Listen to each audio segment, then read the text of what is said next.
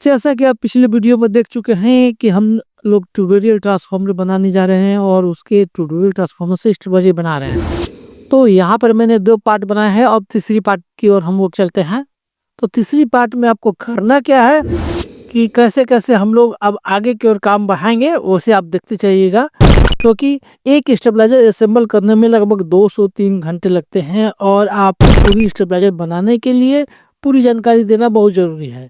तो यहाँ तक में आपने 2 पार्ट में आपने देख चुका है कि कैसे हम लोग कौन-कौन से पार्ट लगेंगे और क्या-क्या लगेंगे, ये सब हमने आपको बताया है।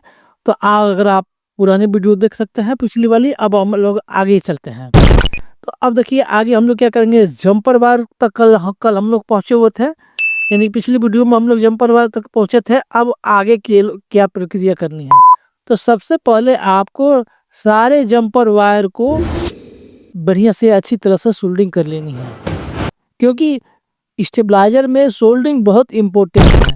क्योंकि कभी-कभी ये देखने को मिलता है कि यहाँ पर आपने चेक इत्यादि तो सब कुछ ठीक कर लिया है, लेकिन कस्टमर के पास जाता है और वहाँ पर जाने के बाद खट-खट की आवाज़ करने लगती है, सप्लाई नहीं देता है, आउटपुट नहीं देता है।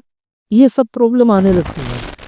ये सब प्रॉब्लम आने की कोई कारण है, जिसमें मुख्य कारण यही है कि जो आप रिले के पॉइंट टू पॉइंट को आप शॉर्ट करते हैं, तो यानी कि जो लक्ष्य या चाँद पर आप सोल्ड करते हैं, वहाँ पर आपको क्या होता है कि कोई अच्छी तरह से सोल्डिंग ना होने के कारण जब लोग ले जाते हैं, तो वो बाइक या कार या जिस चीज़ में भी ले जाते हैं, तो जर्किंग होने के कारण जो पॉइंट होता है, वो पॉइंट छोड़ देता है। और छोड़ देने के बाद होता क्या है कि वहाँ पर जाने के बाद आप देखते हैं कि खट-खट-खट की आवाज़ करने लगती है, या सप्लाई नहीं देती है, आउटपुट नहीं देती है। तो आपको फिर परेशानी होती है, फिर आपको दोबारा उसको मँगवाना पड़ता है, मँगवाने के बाद फिर उसको आप ठीक करते हैं। ये तो आप तो ठीक तो कर देते हैं, लेकिन सबसे बड़ी बात ये है कि कस्टमर के दिमाग में ये इम्प्रेशन पड़ जाता है कि ये सामान अच्छा नहीं है, आते के साथ में ही ये खराब हो गया या फिर काम नहीं कर रहा, वर्क नहीं कर रहा, आवाज़ कर रहा, समझ गए? कस्टमर बहुत तरह की बातें सोचने लगते हैं, तो इसलिए आपको जो भी सोल्डरिंग करनी है, बहुत अच्छी तरह से सोल्डरिंग कीजिएगा। और उसके बाद हम लोग चलते हैं आगे की ओर, कि आगे हम लोग और क्या करना है। जब हम लोग सारी जंपर सोल्डिंग कर लेंगे, तो यहाँ पर आप देख सकते हैं कि ट्यूटोरियल ट्रांसफार्मर में मैंने लूप निकलवाया है, डायरेक्ट लूप निकलवाया है। इसको क्या करना है, आपको अच्छी तरह से, क्योंकि इसमें एनामेल नहीं होता है, इसमें पीवीसी कोटिंग होती है, तो आपको पीवीसी जो कोटिंग है उसको अच्छी तरह से आपको छील लेना है। जैसे भी आप छील सकते हैं, चाकू से छील सकते हैं। मैं तो उसे क्या करता हूँ कि सोल्डरिंग आयरन हीट करके, उसको सोल्डरिंग आयरन जितना हमको छीलना चाहिए उतना हम उसे हीट करके जला करके हटा देते हैं। उसके बाद आई से या फिर चाकू से या ब्लेड से, किसी भी चीज़ से हम लोग रगड़ कर साफ कर लेते हैं। तो आपको ये करना बहुत जरूरी है। जब तक का अच्छी तरह से साफ नहीं कीजिएगा तो होगा क्या, वहाँ पर कार्बन लगी रहेगी, और आप जहाँ कसेंगे, जिस पॉइंट पर कसेंगे, उस पॉइंट पर क्या होगा कि कार्बन लगी रहेगी, तो वहाँ पर आपको कार्बन से उस पिन को जला देगी या फिर उस पॉइंट को जला देगी, जिससे क्या होगा कि आपकी रिले जल जाएगी, आपकी शिकायत आने लगेगी। तो आपको ये करना है कि अच्छी तरह से हर चीज़ जो है मजबूती से, बारीक से या मजबूती से करनी है, क्योंकि ये इन्वर्टर के काम तो है नहीं कि इसमें बारीकी चाहिए, इसमें मजबूती चाहिए। आपको अगर कोई नट बोल्ट भी कसते हैं तो मजबूत से कसना है, लूज नहीं कसना है। लूज कसिएगा तो स्पार्क करके रिले जल जाएगी। अगर लूज सोल्डिंग कीजिएगा तो छूट जाएगी या टूट जाएगी। और एक चीज़ और, बहुत सारे लोग क्या करते हैं कि जब रिले की कॉइल की जैसे कनेक्शन करते हैं, रिले की कॉइल जैसे दो हर रिले में दो कॉइल के पॉइंट होते हैं, उन पॉइंटों को कनेक्शन करते हैं, तो लोग इतने सुंदर करने की कोशिश करते हैं, उसमें वो जगह नहीं छोड़ते हैं, तो वायर ढीली नहीं छोड़ते हैं। होता क्या है कि जब आप लोग ले जाते हैं उसको अपने घर पर या अपने दुकान पर, या आप यहाँ से खरीद कर परचेज करके ले जाते हैं, तो रास्ते में क्या होता है, जर्किंग होती है। जर्किंग होने से कोई एक वायर टूट जाता है, तो रिले खटखट करने लगती है, सप्लाई नहीं देने लगती है, क्योंकि वो टाइट रहती है। और हो सकता है कि कहीं जर्किंग हो तो टाइट रहने के कारण आपकी वायर टूटेगी ही टूटेगी। तो ऐसा हम नहीं करना है। आंतरिक सुंदरता के बारे में ज़्यादा ध्यान नहीं देना है, हमारी मजबूती पर ध्यान देना है। क्योंकि लोग कैबिनेट के ढक्कन खोलकर आपके भीतर का ये नहीं देखने वाले हैं कि इसमें वो कितनी अच्छी तरह से वायरिंग की गई है, मतलब वायरिंग की गई है। लोग ये देखते हैं कि मेरी स्टेबलाइजर कितनी बढ़िया से चल रही है, बिना परेशानी के, बिना कठिनाई के।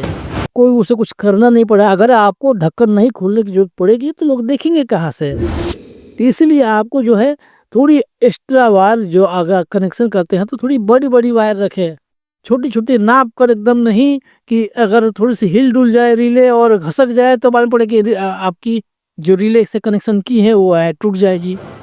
ऐसा आपको कभी नहीं करना है। तो आपको इसलिए मैं बता रहा हूँ ताकि बहुत सारे लोग क्या करते हैं कि देखिए, अगर रिले टाइट से आप करते हैं तो सुंदर लगती है, आप थोड़ी ढीली रखते हैं तो सुंदरता थोड़ी सी कम लगती है।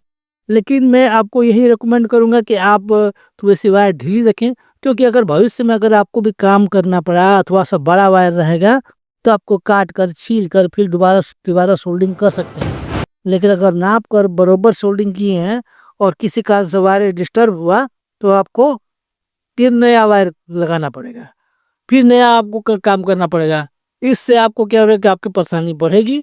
तो सबसे बड़ी अच्छी बात है, आप देख सकते हैं कि किसी भी ब्रांड के स्टेबलाइजर है या इन्वर्टर है उसमें देखेंगे कि ये आपको एक्स्ट्रा वायर लगी होती है, थोड़ी देर वायर बड़ी बड़ी होती है। वो आंतरिक सुंदरता पर कम ध्यान देते हैं, वो बाहरी सुंदरता और मजबूती पर ज्यादा ध्यान देते हैं। बस यही मैं कहना चाहता हूँ कि आप मजबूती पर ध्यान दीजिए, सुंदरता पर कम ध्यान दीजिए। क्योंकि अगर बाहर सुंदर लगेगा तो कस्टमर अंदर थोड़ी देखने वाला है, कस्टमर तो आपको बाहर ही देखेगा। इसलिए आप अंदर की सुंदरता पर कम ध्यान दीजिए लेकिन मजबूती पर ज़्यादा ध्यान दीजिए। चाहे सोल्डिंग कीजिए तो मजबूती कीजिए, चाहे आपको कनेक्शन कोई कर रहे हैं उसे भी मजबूती के साथ कीजिए। अब रिले पर कनेक्शन करने के लिए मैंने आपको बहुत पहले ही वीडियो बना चुका हूँ, अगर कहेंगे तो फिर वीडियो में बना दूंगा। इसमें क्या करना है कि सभी रिले से एक एक पॉइंट जोड़कर एक कॉमन बनाना है, और कॉमन बनाने के बाद हर रिले के एक एक पॉइंट जो बच जाती है उसको आपको एक एक पॉइंट और ले लेना है। यानी कि कुल मिलाकर 5 रिले है तो एक कॉमन हो गई और 5 रिले के पॉइंट हो गई, यानी कि कुल मिलाकर 6 वायर हो गई।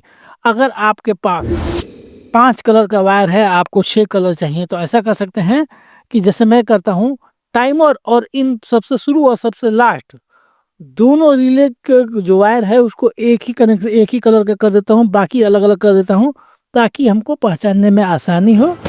तो कुल मिलाकर आपको 6 कलर हो जाएंगे 5 कलर के वायर से। आप ऐसा भी कर सकते हैं, या फिर आप सभी को कनेक्शन करके वो किट के साथ कनेक्शन कर दीजिए, उसके बाद उसमें टैग लगा दीजिए। ये 2 काम कर सकते हैं आप, जो आपको सूटेबल लगे वो आप कर सकते हैं। इसके बाद आपको करना क्या है कि जब रिले के कनेक्शन हो जाए तो रिले के कनेक्शन के बाद आपको अब ट्रांसफार्मर, जो ये आप देख सकते हैं कि हमने अभी ट्रांसफार्मर का कनेक्शन नहीं किया, सिर्फ अभी हमने जो है डीसी जो किट के लिए कनेक्शन है, हम यहाँ पर अभी किट भी कस रहे हैं, यह देख सकते हैं। तो इससे मैंने किट के लिए आपको अलग से मैं वीडियो बना दूंगा, चाहे अलग से वीडियो है भी, आप वो भी देख सकते हैं पिछली वीडियो में जाकर। यहाँ पर मैंने पहले किट कस लिया, उसके बाद हम अगले वीडियो में हम ट्रांसफार्मर की लूप की कनेक्शन करेंगे। और ट्रांसफार्मर की लूप की कनेक्शन के लिए मैं आपको बता दूं कि मैंने बहुत सारे वीडियो बनाए हैं, आप हमारी वीडियो जाकर देख सकते हैं कि कौन से ट्रांसफार्मर की किस प्रकार की कनेक्शन होती है। उसके बाद में एक वीडियो ऐसा बनाऊंगा जिसमें मैं 4-5 तरह के कनेक्शन बताऊंगा किट के साथ में, कि कैसे आप एक स्टूडियो की कितनी तरह से कनेक्शन कर सकते हैं। जैसा कि आप पिछले वीडियो में देख चुके हैं कि हम लोग ट्यूटोरियल ट्रांसफार्मर बनाने जा रहे हैं और उसके ट्यूटोरियल ट्रांसफार्मर से स्टेप बना रहे हैं। तो यहाँ पर मैंने 2 पार्ट बनाए हैं, अब तीसरी पार्ट की ओर हम लोग चलते हैं। तो तीसरी पार्ट में आपको करना क्या है कि कैसे कैसे हम लोग अब आगे की ओर काम बढ़ाएंगे, उसे आप देखते चलिएगा। क्योंकि एक स्टेबलाइजर असेंबल करने में लगभग 2 से 3 घंटे लगते हैं, और आप पूरी स्टेबलाइजर बनाने के लिए पूरी जानकारी देना बहुत ज़रूरी है। तो यहाँ तक में आपने 2 पार्ट में आपने देख चुका है कि कैसे हम लोग कौन कौन से पार्ट लगेंगे और क्या क्या लगेंगे, ये सब हमने आपको बताया है। तो अगर आप पुरानी वीडियो देख सकते हैं पिछली वाली, अब हम लोग आगे चलते हैं। तो अब देखिए आगे हम लोग क्या करेंगे, जंपर वार तक कल हम लोग पहुंचे हुए थे, यानी पिछली वीडियो में हम लोग जंपर वार तक पहुंचे थे। अब आगे क्या प्रक्रिया करनी है, तो सबसे पहले आपको सारे जंपर वायर को बढ़िया से अच्छी तरह से सोल्डिंग कर लेनी है, क्योंकि स्टेबलाइजर में सोल्डिंग बहुत इम्पोर्टेंट है। क्योंकि कभी कभी ये देखने को मिलता है कि यहाँ पर आपने चेक इत्यादि तो सब कुछ ठीक कर लिया, लेकिन कस्टमर के पास जाता है और वहाँ पर जाने के बाद खटखट की आवाज़ करने लगती है, सप्लाई नहीं देता है, आउट नहीं देता है, ये सब प्रॉब्लम आने लगती है। ये सब प्रॉब्लम आने की कोई कारण है, जिसमें मुख्य कारण यही है कि जो आप रिले के पॉइंट टू पॉइंट को आप शॉर्ट करते हैं, तो यानी कि जो लक्ष्य या चांद पर आप शूट करते हैं, वहां पर आपको क्या होता है कि कोई अच्छी तरह से शूटिंग न होने के कारण जब लोग ले जाते हैं, तो बाइक या कार या जिस चीज में भी ले जाते हैं, तो जर्किंग होने के कारण जो पॉइंट होता है वो पॉइंट छोड़ देता है। और छोड़ देने के बाद होता क्या है कि वहां पर जाने के बाद आप देखते हैं कि खटखट खट की आवाज करने लगती है, या सप्लाई नहीं देती है, आउटपुट नहीं देती है, तो आपको फिर परेशानी होती है। फिर आपको दोबारा उसको मंगवाना पड़ता है, मंगवाने के बाद फिर उसको आप ठीक करते हैं। ये तो आप तो ठीक तो कर देते हैं, लेकिन सबसे बड़ी बात ये है कि कस्टमर के दिमाग में ये इम्प्रेशन पड़ जाता है कि ये सामान अच्छा नहीं है, आते के साथ में ही ये खराब हो गया, या फिर काम नहीं कर रहा, वर्क नहीं कर रहा, आवाज कर रहा। समझ गए? कस्टमर बहुत तरह की बातें सोचने लगते हैं। तो इसलिए आपको जो भी सोल्डिंग करनी है बहुत अच्छी तरह से सोल्डिंग कीजिएगा। और उसके बाद हम लोग चलते हैं आगे की ओर, के आगे हम लोग को और क्या करना है। जब हम लोग सारी जंपर सोल्डिंग कर लेंगे, तो यहाँ पर आप देख सकते हैं कि ट्यूटोरियल ट्रांसफार्मर में मैंने लूप निकलवाया है, डायरेक्ट लूप निकलवाया है। इसको क्या करना है आपको अच्छी तरह से, क्योंकि इसमें इनामिल नहीं होता है, इसमें पीवीसी कोटिंग होती है, तो आपको पीवीसी जो कोटिंग है उसको अच्छी तरह से आपको छील लेने हैं। जैसे भी आप छील सकते हैं, चाकू से छील सकते हैं। मैं तो उसे क्या करता हूँ कि सोल्डरिंग आयरन हीट करके, उसको सोल्डरिंग आयरन जितना हमको छीलना चाहिए उतना हम उसे हीट करके जला करके हटा देते हैं। उसके बाद आई से या फिर चाकू से या ब्लेड से किसी भी चीज से लोग रगड़ कर साफ कर लेते हैं। तो आपको ये करना बहुत जरूरी है। जब तक का अच्छी तरह से साफ नहीं कीजिएगा तो होगा क्या, वहां पर कार्बन लगी रहेगी, और आप जहां कसेंगे, जिस पॉइंट पर कसेंगे उस पॉइंट पर क्या होगा कि कार्बन लगी रहेगी, तो वहां पर आपको कार्बन से उस पिन को जला देगी या फिर उस पॉइंट को जला देगी, जिससे क्या होगा कि आपकी रिले जल जाएगी, आपकी शिकायत आने लगेगी। तो आपको ये करना है कि अच्छी तरह से हर चीज जो है मजबूती से, बारीक से या मजबूती से करनी है, क्योंकि ये इन्वर्टर के काम तो है नहीं कि इसमें बारीकी चाहिए, इसमें मजबूती चाहिए। आपको अगर कोई नट बोल्ट भी कसते हैं तो मजबूत से कसना है, लूज नहीं कसना। लूज कसिएगा तो स्पार्क करके रिले जल जाएगी। अगर लूज सोल्डिंग कीजिएगा तो छूट जाएगी या टूट जाएगी। और एक चीज और, बहुत सारे लोग क्या करते हैं कि जब रिले की कॉइल की जैसे कनेक्शन करते हैं, रिले की कॉइल जैसे दो हर रिले में दो कॉइल के पॉइंट होते हैं, उन पॉइंटों को कनेक्शन करते हैं तो लोग इतने सुंदर करने की कोशिश करते हैं, उनको उसमें वो जगह नहीं छोड़ते हैं, तो वायर ढीली नहीं छोड़ते हैं। होता क्या है कि जब आप लोग ले जाते हैं उसको अपने घर पर या अपने दुकान पर, या आप यहाँ से खरीद कर परचेज करके ले जाते हैं, तो रास्ते में क्या होता है, जर्किंग होती है। जर्किंग होने से कोई एक वायर टूट जाता है तो रिले खटखट करने लगती है, सप्लाई नहीं देने लगती है, क्योंकि वो टाइट रहती है। और हो सकता है कि कहीं जर्किंग हो तो टाइट रहने के कारण आपकी वायर टूटेगी ही टूटेगी। तो ऐसा हम नहीं करना है। आंतरिक सुंदरता के बारे में ज्यादा ध्यान नहीं देना है, हमारी मजबूती पर ध्यान देना है। क्योंकि लोग कैबिनेट के ढक्कन खोलकर आपके भीतर का ये नहीं देखने वाले हैं कि इसमें वो कितनी अच्छी तरह से वायरिंग की गई है, मतलब वायरिंग की गई है। लोग ये देखते हैं कि मेरी स्टेबलाइजर कितनी बढ़िया से चल रही है, बिना परेशानी के, बिना कठिनाई के, कोई उसे कुछ करना नहीं पड़ा। अगर आपको ढक्कन नहीं खोलने की जरूरत पड़ेगी तो लोग देखेंगे कहाँ से। तो इसलिए आपको जो है थोड़ी एक्स्ट्रा वायर जो अगर कनेक्शन करते हैं तो थोड़ी बड़ी बड़ी वायर रखें, छोटी छोटी नाप कर, एकदम नहीं कि अगर थोड़ी सी हिल डुल जाए रिले और घसक जाए तो मालूम पड़े कि आपकी जो रिले से कनेक्शन की है वो है टूट जाएगी। ऐसा आपको कभी नहीं करना है। तो आपको इसलिए मैं बता रहा हूँ, ताकि बहुत सारे लोग क्या करते हैं कि देखिए, अगर रिले टाइट से आप करते हैं तो सुंदर लगती है, आप थोड़ी ढीली रखते हैं तो सुंदरता थोड़ी सी कम लगती है। लेकिन मैं आपको यही रिकमेंड करूंगा कि आप थोड़ी सी वायर ढीली रखें, क्योंकि अगर भविष्य में अगर आपको भी काम करना पड़ा अथवा सब बड़ा वायर रहेगा तो आपको काट कर, छील कर फिर दोबारा सोल्डिंग कर सकते हैं। लेकिन अगर नाप कर बरोबर सोल्डिंग किए हैं और किसी कारण से वायर डिस्टर्ब हुआ तो आपको फिर नया वायर लगाना पड़ेगा, फिर नया आपको काम करना पड़ेगा।